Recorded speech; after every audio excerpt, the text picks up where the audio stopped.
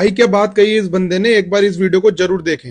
अगर आप पूरा दिन मछली बाजार में बिताओगे तो बिना मछली छुई भी आपके अंदर उसकी स्मेल आ सकती है। लेकिन अगर आप एक पूरा दिन परफ्यूम की दुकान में बिताओगे तो बिना कुछ खरीदे भी आप खुशबू लेकर बाहर निकलोगे। यही होता है माहौल का असर। आपको पता चले या ना चले, वो धीरे धीरे आप पर चढ़ता जाता है।